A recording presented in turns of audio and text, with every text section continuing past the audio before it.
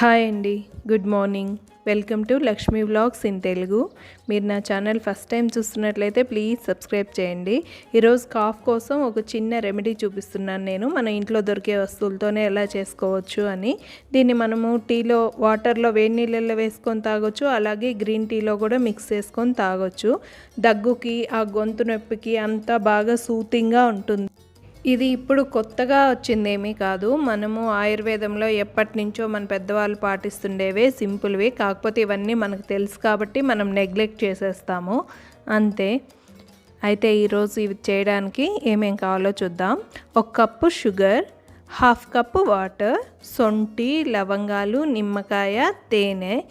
ఇవన్నీ మనకి దగ్గును తగ్గించడంలో, గొంతుని సోర్ థ్రోట్ ఏదైనా ఉన్నా కొంచెం సూతింగ్గా చేయడంలో ఇవన్నీ బాగా హెల్ప్ చేస్తాయి మనకి.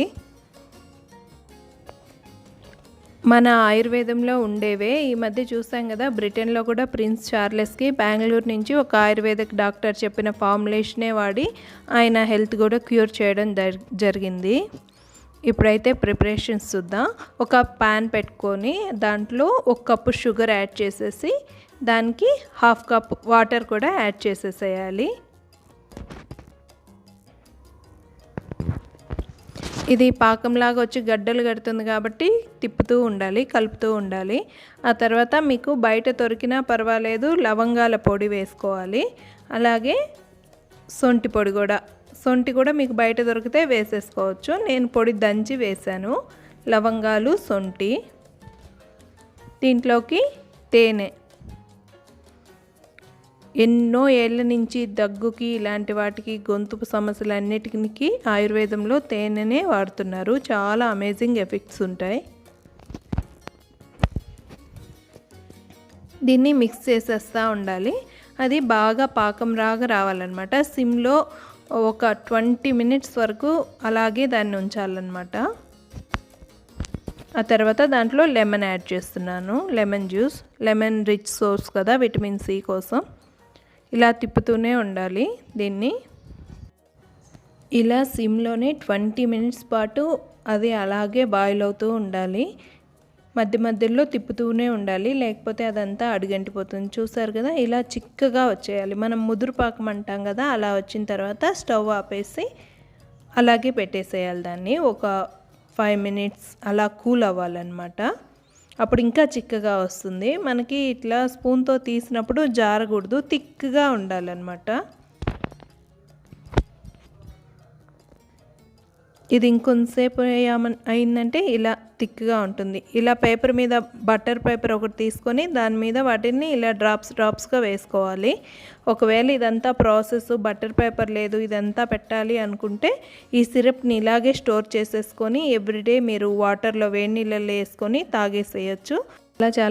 చాలా మంచిది. చాలా గుడ్ రిజల్ట్ ఉంటుంది మీరు వాడి చూస్తే. దీంట్లో లవంగాలు వాడాం కాబట్టి లవంగాల్లో యాంటీ ఇన్ఫ్లమేటరీ, యాంటీసెప్టిక్ అండ్ మనకి పన్ను నొప్పిగా ఉంటే కూడా డెంటల్ సూతింగ్ ప్రాపర్టీస్ ఉంటాయి కాబట్టి పన్ను నొప్పి కూడా తగ్గుతుంది లవంగాల వల్ల.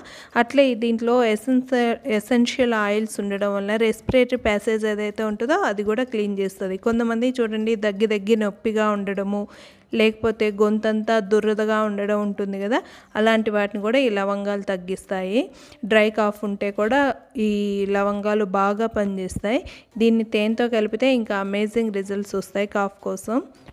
హనీ కూడా అంతే. ఎన్నో ఏళ్ళ నుంచి హనీనే వాడుతున్నారు ఆయుర్వేదంలో దగ్గు వీటన్నిటి కోసం. అలాగే అల్లం మీద కూడా పచ్చి అల్లాన్నే వాడతారు దగ్గు కోసం. కొంచెం ఉప్పు వేసి చప్పరిస్తే దగ్గు అది తగ్గుతుందనమాట. కాకపోతే చాలామందికి అంత స్ట్రాంగ్ ఫ్లేవర్ నచ్చదు కాబట్టి ఇలా చేసుకోనో లేకపోతే వేడి నీళ్ళల్లో వేసుకొని టీ లాగా తాగితేనో బాగుంటుంది. ఇదంతా ప్రాసెస్ అనుకుంటే నేను చెప్పాను కదా, మీరు ఆ జ్యూస్ని, ఆ సిరప్ని ఒక ఎయిర్టైట్ కంటైనర్ గ్లాస్ దాంట్లో వేసుకొని ఎవ్రీడే వాడుకుంటే ఖచ్చితంగా మీ కాఫ్, గొంతు ఏమైనా ప్రాబ్లమ్స్ ఉంటే ఖచ్చితంగా తగ్గిపోతాయి. ఒకసారి మీరు కూడా ట్రై చేసి ఇది ఎలా వచ్చిందో నాతో షేర్ చేసుకోండి. నేను తీసి చూపించాను కదా, అవే ఇందాక నేను టీలో కూడా వేసుకున్నాను. చాలా బాగుంది. సొంటి కొంచెం ఎక్కువ వేసుకోండి, ఆ ఫ్లేవర్ బాగుంటుంది. లవంగాలు ఎక్కువైతే ఘాటుగా ఉంటుంది. ఇది ఈరోజు వీడియో. ఎలా అనిపించింది మీకు? Thanks for watching. Please subscribe. Keep smiling, be busy, be happy.